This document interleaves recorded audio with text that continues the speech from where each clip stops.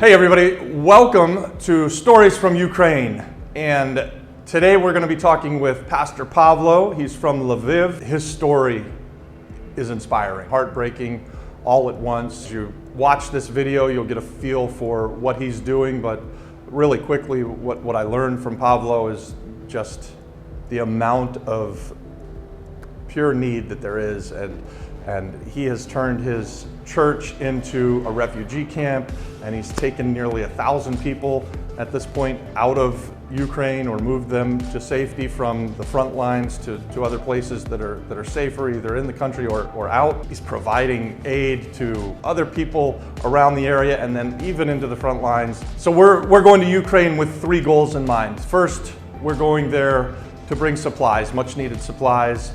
Second, we're going to bring love and encouragement and just let people who are on the ground doing this work, these volunteers, these refugees, let them know that there are people from the States that love and care about them.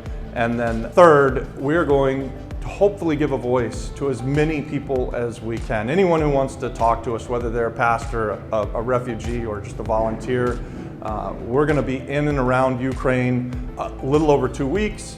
We're going to do 4 countries in 16 days. So we've got 6 stops planned. I believe it's 6 stops right now. So we're going to get an amazing amount of stories, we believe. We hope that you guys will partner with us and allow us to get there and be very generous while we're there, and just grateful for the chance to give you these stories. So stay tuned after this one for more. There's gonna be story after story. That's what this channel is about. That's why you would wanna subscribe to this one for us, so that you can see the stories from Ukraine. Well, we're talking with Pavlo from Lviv, Ukraine. Robert is going to be taking a team to Ukraine in a few weeks, and Pavlo and his team is going to be greeting them in Lviv when they get there. Pavlo, you're the pastor of a church in Lviv. What have things been like with the war, and what are you doing to serve refugees? Well, glad to talk to you. Yes, I'm pastoring God's Design Church in Lviv, and when the war started, obviously it was a shock. It was difficult mentally, but we, after some emotional stress and praying, we decided not to run, but to stay, because this is, for us, it's a choice. The courage is a choice. And we started, first of all, we started serving refugees. We organized a shelter in our church facility, and we had a flood of refugees every night. We realized that it's not enough, so we rented another apartment, big apartment, and we turned into another shelter. So in the first weeks and months of war, we had up to 30 people in each, so 60 people in both. And we feed them, we try to provide everything necessary for them. We drove them to the border because most of people were trying to go to Europe to run from the war. Later on, some people stayed for longer and lived there as well, and we were able to build more relationship with them.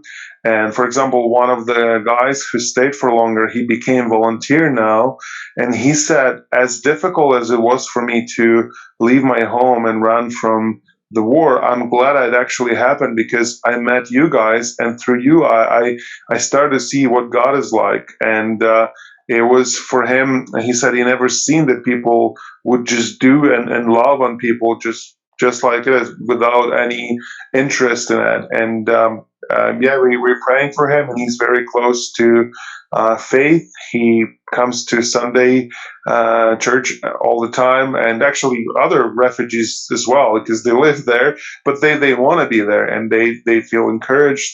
So some people lived for a while there. Many of them returned already because a lot of those cities were deoccupied, like north of Ukraine. Besides shelters, we also started to delivering humanitarian aid to East. So we were praying that God would multiply our efforts, and we have a team of volunteer drivers who pick up. So we go to Poland, buy supplies, gather supplies there, and then we bring them to our shelter, distribute what's needed there, and also send a lot to the east, to Kiev area, to Irpin, Bucha, This week they went more south, closer to the battle lines where it's happening now, closer to Dnipro. And we try to address when we see the need, and just entrusting that God is putting puzzles together with that. Our efforts, somehow God's been really blessing that, and we usually spend up to 5,000 per week on all of these efforts, because buying food, a lot of money goes in gas, and everything comes from just generous people who have been donating. Some weeks we had them, some weeks we couldn't have spent as much because there was not as many donations. So we appreciate anybody who can chip in and who can help us do what we do. And we trust God and that He's orchestrating it all and putting the puzzles together, so we can just do our part in helping people in need, and helping to win this war, and helping justice to prevail. Oh man, Pavlo, that's just amazing. How your church and how the churches all over Ukraine have just automatically responded this way with the love of Christ. And it's not a shock that one young man said, "Wow, I'm starting to understand who God is and what it looks like to know Him, just because I'm around you people." That's just so Yeah. Yeah, like you said, a lot of churches are doing that, and we actually really networking together. So we would often call each other, okay, who has places to stay overnight, who needs what. So it's not just our local church, we're just like brothers, and we're doing our part. And we had like 700-800 people go through, since the beginning of the war, go through our shelters. There are churches who probably had like 5 times more because they have bigger facilities. So I mean, it's not a contest or anything. We're just trying to do our part. Yeah. So you said that the cost of serving refugees right now is about $5,000 a week to go to Poland, to get the materials and distribute it everywhere. Robbie and his team are working to raise funds to be able to help to make that happen. Is there anything else, any other needs that you would have that Robbie and his team could help with? We're praying for another van. I mean, we have a group of volunteers, and we have a Sprinter van, but we also have 2 older like vehicles that's been breaking badly. So we've been praying for another van, newer, better, that can be more reliable and we can use, because we have people who are ready to drive it but just need a van. So this is a need. Also, I mean, specifically, there are some people from our church who's been drafted and went to the army, so there's some equipment that they might need. They're like, I mean, I think we are in a unique position in Lviv because we are very close to western border of Ukraine. We still can buy most of the things in regular stores. So, I mean, finances are limiting us. And also we can go to Poland and pick up something from there as well. So, I mean, yeah, I mean, just encouragement, bring yourself. And I think it's important for us to see that people are standing with us, that people from other countries in the world are supporting and coming. And I'm sure you'll hear a lot of the stories from people. And so, yeah, just come, bring yourself, bring some encouragement. And yeah. That's neat. Okay, Robbie, why are you doing this? Why do you feel like God's leading you and your team to go to Ukraine? Well, Rick, I think it might be partially your fault.